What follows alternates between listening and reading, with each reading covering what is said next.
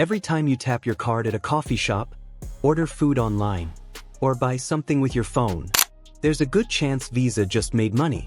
Not because it lent you cash, not because it charged you interest, and not because it even knew what you bought. Here's the surprising part. Visa doesn't issue credit cards. It doesn't lend money to customers. It doesn't decide who gets approved. In fact, the card in your wallet probably wasn't made by Visa at all. Yet somehow, this company processes billions of transactions every year and has become one of the most valuable financial businesses on earth. So how did a company that doesn't lend money build a trillion-dollar empire? The answer begins long before online shopping, long before smartphones, and long before anyone imagined paying with a single tap. Back in the 1950s, paying for everyday purchases looked very different. Cash ruled everything. Checks were common. And if you wanted credit, it usually came directly from the store itself. Every retailer had its own payment system, its own rules, its own customer accounts. It was inconvenient for shoppers and incredibly inefficient for businesses. Banks saw an opportunity. In 1958, Bank of America launched one of the first large-scale consumer credit card programs. The idea was simple. Instead of carrying cash everywhere, customers could use one card at many different stores. The concept sounded revolutionary. The execution was a disaster. Thousands of cards were mailed to people who had never requested them. Fraud increased. Customers overspent. Merchants struggled with the new system. The bank lost millions of dollars. Many believed the experiment had failed. But hidden beneath those early problems was an idea that would eventually transform global commerce. Instead of giving up, Bank of America decided to license its payment system to banks across the country. Eventually, that growing network became something entirely new. It became Visa. Here's where Visa made one of the smartest business decisions in history. Instead of becoming another bank, it became the company connecting all the banks together. Think about what happens every time you use your Visa card. You tap the card. The payment terminal instantly contacts your bank. Your bank checks whether the money or credit is available. The merchant's bank receives approval. Within seconds, the transaction is complete. Visa sits quietly in the middle. It doesn't provide the money. It simply moves information between financial institutions incredibly fast and incredibly securely. That distinction changed everything.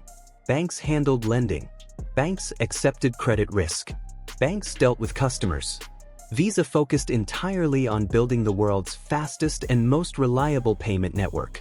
That meant something extraordinary. The company could grow without taking on the enormous financial risks banks face every day. It wasn't betting on borrowers. It was betting on transactions.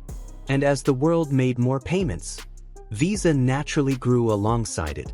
The more people spent, the more merchants accepted cards. The more merchants joined, the more valuable the network became.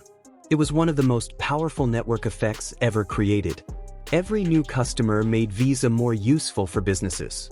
Every new business made Visa more useful for customers. The cycle reinforced itself over decades. And before most people realized what was happening, Visa had quietly become the invisible infrastructure behind modern commerce. The company wasn't building branches. It wasn't opening retail locations. It was building something far more valuable. Because when you're moving trillions of dollars every year, nothing matters more than people believing the system will work every single time. That trust would eventually become Visa's greatest competitive advantage. And one of the biggest reasons almost no competitor has been able to replace it. Visa's biggest advantage is something most people never notice. The average Visa transaction takes just a few seconds. Behind that simple tap is an incredibly complex system processing thousands of transactions every second across hundreds of countries. Whether you're buying coffee in New York, booking a hotel in Tokyo, or shopping online from London, Visa's network is working silently in the background. And if it fails, global commerce slows down almost instantly. That's why reliability became Visa's obsession. The company spends billions every year strengthening cybersecurity, preventing fraud, and ensuring its network stays operational around the clock. Customers rarely think about it, That's exactly the point. The best payment network is the one people never have to worry about. Then came the internet. For many traditional financial companies, online shopping created uncertainty. Would people trust entering their card details online? Would digital payments ever replace cash? Visa didn't hesitate. Instead of resisting the change, it invested heavily in digital infrastructure. Every new online store, every e-commerce platform, every travel booking website created another opportunity for Visa's network to grow. Then smartphones arrived. Again, Visa adapted. Today, whether someone pays using Apple Pay, Google Pay, Samsung Wallet, or a physical card, there's often still a Visa network processing the transaction behind the scenes. Most consumers never even see the company's logo during the payment process. Yet Visa still earns revenue every time the transaction moves through its network. That invisible position is incredibly powerful. Another reason Visa became so dominant is that it doesn't compete against banks. It works with them. Banks issue Visa cards. Banks lend the money. Banks manage customer relationships. Visa provides the technology connecting everyone together. It's a partnership rather than a rivalry. That strategy allowed Visa to expand globally without opening thousands of retail branches or hiring armies of loan officers. Instead of replacing financial institutions, it became essential to them. Today, thousands of banks around the world rely on Visa's infrastructure every single day. Replacing it would be enormously expensive, technically challenging, and incredibly risky. That creates one of the strongest competitive advantages in modern business. Of course, Visa isn't alone.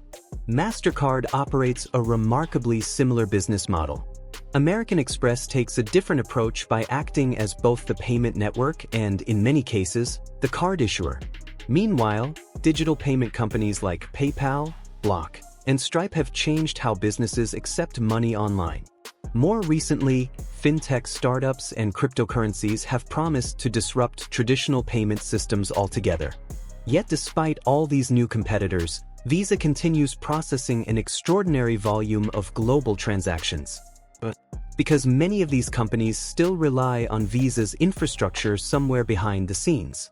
Even when consumers believe they're using an entirely different payment method, Visa is often helping move the money in the background. That's the advantage of becoming infrastructure. People may switch apps. They may switch banks. They may switch wallets. But replacing the network underneath everything is far more difficult. Perhaps the smartest decision Visa ever made was choosing not to become everything. Many companies chase every opportunity. Visa stayed remarkably focused. It didn't try to become a retail bank. It didn't compete for mortgages. It didn't build investment platforms. Instead, it concentrated on doing one thing exceptionally well: moving money securely between financial institutions. That focus allowed it to become world-class at a single mission while others spread themselves across dozens of businesses. It's a lesson many entrepreneurs overlook. Sometimes becoming indispensable is more valuable than becoming bigger. Today, cash continues declining in many parts of the world. Digital wallets are growing. Contactless payments have become the norm. Online shopping continues expanding every year. Every one of those trends benefits companies like Visa. Not because they sell more cards, but because they process more transactions. The company doesn't need consumers to borrow more money. It simply needs people to keep paying digitally. And as billions of people gradually move away from cash, Visa's network becomes even more important. So how did Visa build a trillion-dollar business without issuing credit cards? By realizing it didn't need to own the money. It only needed to move it. Instead of taking lending risks, it built the highways connecting the entire financial system. Banks compete with each other. Retailers compete with each other. Payment apps compete with each other. But behind many of those transactions, Visa quietly keeps the global economy moving. Because sometimes the most powerful companies aren't the ones everyone sees. They're the ones working invisibly behind almost everything we do. If you found this helpful, don't forget to like, comment, and subscribe for more.